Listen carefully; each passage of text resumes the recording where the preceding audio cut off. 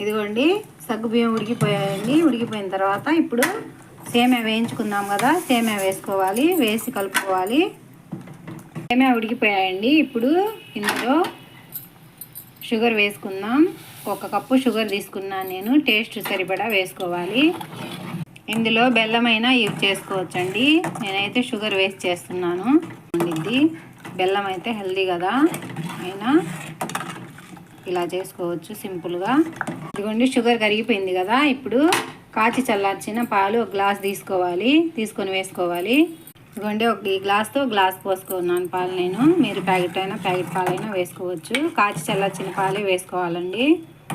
వేసుకున్నాం కదా, జీడిపప్పు కిస్మిస్ వేసుకుంటున్నాను. పచ్చి కొబ్బరి ముక్కలు వేసుకోవాలి. కాచీలు ఇలా మెత్తగా దంచి వేసుకోవాలండి. అంతేనండి, రెడీ అయిపోయిందండి. ఈజీగా సింపుల్గా చేసుకోవచ్చు. నచ్చితే